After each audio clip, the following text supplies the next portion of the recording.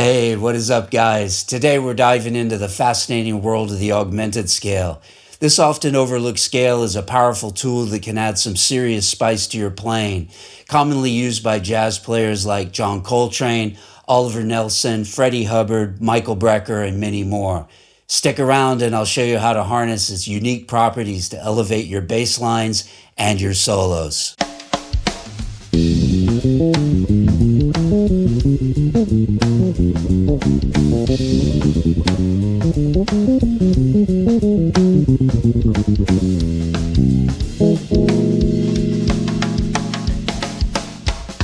All right, let's go ahead and start off with the basics. So what exactly is the augmented scale?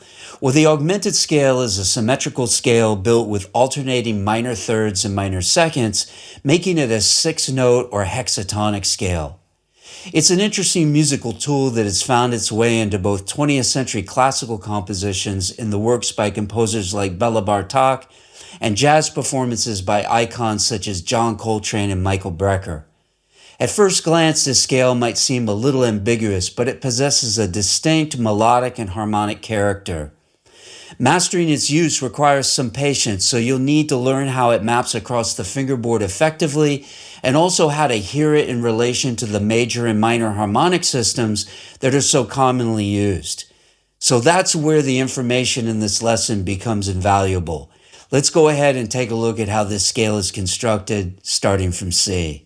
C, E flat, E, G, G sharp, B, C.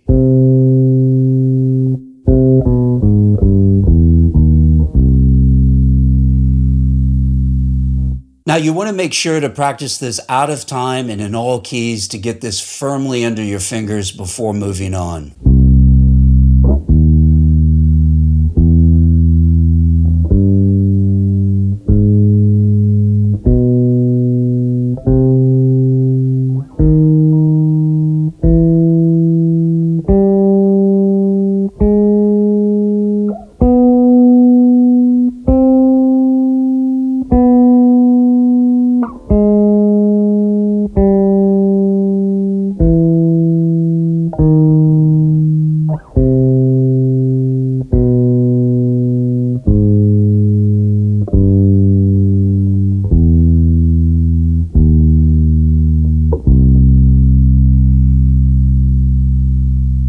Okay, let's now put this together into more of a musical context. Notice how I end the phrase by resolving to the third of the scale.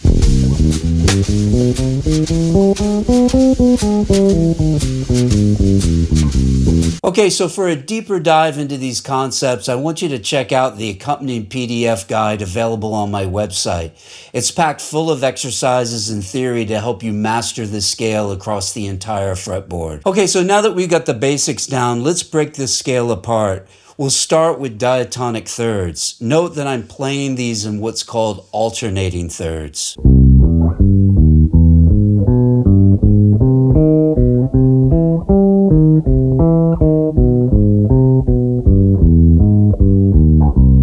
So next, let's look at the diatonic fourths. This is where things get a little interesting due to the scale's irregular structure. What you're going to notice is that the diatonic fourths actually produces a sequence of a perfect fifth followed by a perfect fourth that moves up the scale. Again, I'm playing this as an alternating intervallic pattern.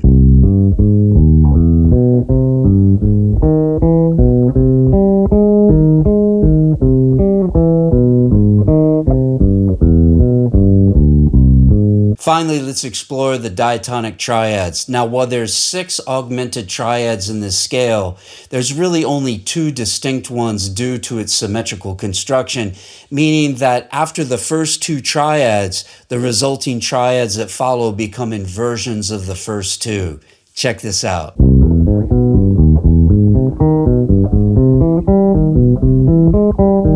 Now, I want you to be aware that all these exercises are fully notated in the accompanying PDF guide available for just $9.97. And when you think about it, this is less than a third of the cost of a new set of bass strings, which is a really good investment. Okay, so let's take a look at how jazz masters use this scale. Here's a lick inspired by Oliver Nelson, showcasing how he uses 3 major triads built from the root, third, and sharp 5 of the augmented scale. This approach is evident in Nelson's solo on Stolen Moments and also on the bridge of Hoedown from his album Blues and the Abstract Truth that was recorded way back in 1961. What's really cool about the augmented scale is that it's incredibly versatile. It works great over major 7 sharp 5 chords from the root, third, and sharp 5, and it's perfect for alto dominant 7th chords too over those same degrees. But that's not all. It also works beautifully over minor 7 flat 5 chords built from the flat 5, flat 7, and 9, and minor major 7th chords built from the flat 3, 5, and 7. So for a complete visual representation of this concept, the PDF guide includes a comprehensive superimposition table for you to follow along for easy reference. Okay, let's put all this together with 5 different augmented scale lines. In line 1, I'm using a C augmented scale over A flat 7 sharp 11, using 3 triads for more of a John Coltrane-like sound.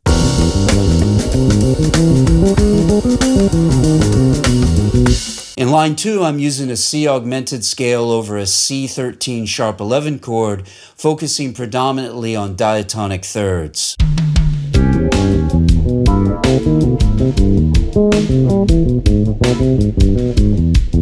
In line 3, I'm using an E flat augmented scale over a C minor major 7 chord, using displaced triads resolving to the 9.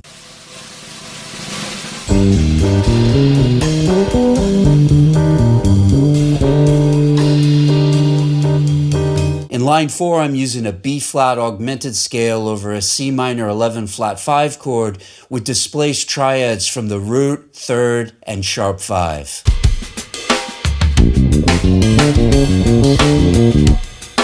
In line 5, I'm using a C augmented scale over a 2-5-1 pattern, demonstrating its versatility.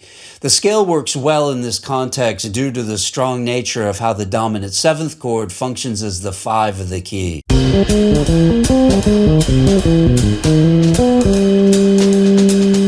All of these lines are included in the PDF guide in both standard notation and tablature, which is available now on my website. Just click on the link below to grab your PDF and get started now. All right, let's wrap this up. We've covered a lot of ground today, from the basic structure of the augmented scale to some pretty advanced applications.